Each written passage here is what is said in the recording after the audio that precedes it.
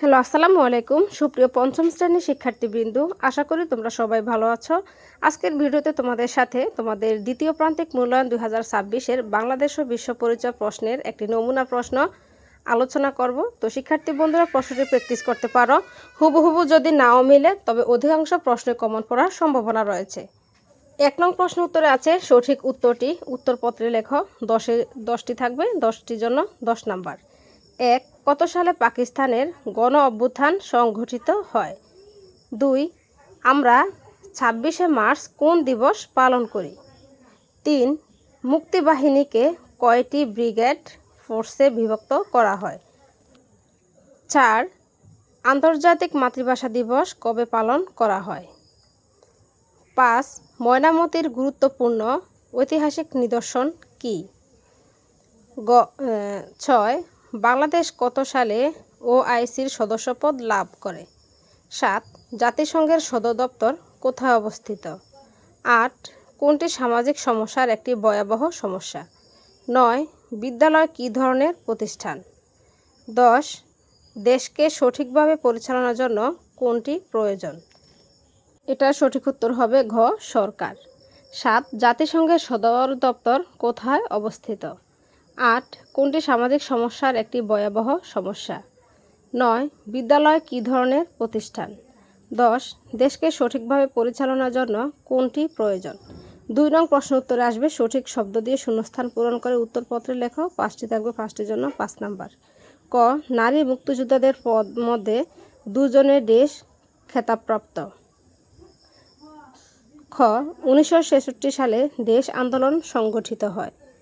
গ. বড়দিন দেশ প্রধান উৎসব। ঘ. বাংলাদেশের প্রধান ভাষা বাংলা। সার্ক একটি দেশ সংস্থা। তারপর হচ্ছে 3 নং প্রশ্নের উত্তর। 3 নং প্রশ্নের উত্তরে থাকবে সত্য মিথ্যা নির্ণয় করে উত্তরপত্রে লেখো।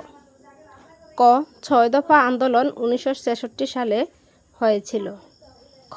25শে মার্চ রাতে পাকিস্তানি বাহিনী গণহত্যা চালায়। গ. মহাস্থানগড় প্রায় 20 মিটার উঁচু প্রাচীর দ্বারা বেষ্টিত। ঘ. দক্ষিণ এশিয়াতে মোট 8টি দেশ আছে। ঙ. বড়দিন বৌদ্ধদের প্রধান উৎসব। 4 নং প্রশ্নের উত্তরে আসবে বাম পাশের বাক্যাংশের সাথে ডান পাশের বাক্যাংশের মিল করে উত্তরপত্রে লেখো। 5টি থাকবে, 5টির জন্য 5 নাম্বার। তারপর হচ্ছে 5 নং প্রশ্নের উত্তর। 5 নং প্রশ্নের উত্তর থেকে 5টি প্রশ্নের উত্তর দিতে হবে, 5টির জন্য 15 নাম্বার। ক. বাংলাদেশের প্রথম সরকার কিভাবে ও কেন গঠিত হয়? 3টি বাক্যে লেখো। খ. বাংলাদেশের 3টি জাতীয় দিবসের নাম লেখো। গ. পানাম নগরের বাড়িগুলো কেমন? 3টি বাক্যে লেখো। ঘ. আমাদের 3টি অর্থনৈতিক অধিকার লেখো। ঙ. সার্কের 3টি প্রধান উদ্দেশ্য লেখো। চ. কালো রাত কাকে বলে? 3টি বাক্যে লেখো। স.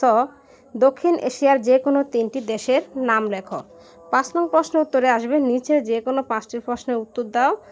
5টির জন্য 30 নাম্বার। ক. বীরত্ব সূচক উপাধি কতটি ও কি কি? মুক্তিযুদ্ধে তাদের অবদান 4টি বাক্যে লেখো। খ. ময়নামতি কোথায় অবস্থিত? ময়নামতি কার কাহিনীর সঙ্গে জড়িত? ময়নামতিতে প্রাপ্ত নিদর্শনসমূহ সম্পর্কে 4টি বাক্য লেখো। গ. দক্ষিণ এশিয়ার পোশাক ও উৎসবের বৈচিত্র্য 6টি বাক্যে বর্ণনা করো। ঘ. ওআইসি কী ধরনের সংস্থা? এর সদস্য সংখ্যা কত? ওআইসি 4টি উদ্দেশ্য লেখো। তারপর হচ্ছে ঙ. রাষ্ট্রের উপাদান কয়টি ও কি কি? রাষ্ট্রের প্রতি আমাদের করণীয় সম্পর্কে 4টি বাক্য লেখো। স. মুক্তিযুদ্ধে বিরোধীদের কর্মকাণ্ড 6টি বাক্যে বর্ণনা দাও। স. পাহাড়পুর কোন জেলায় অবস্থিত?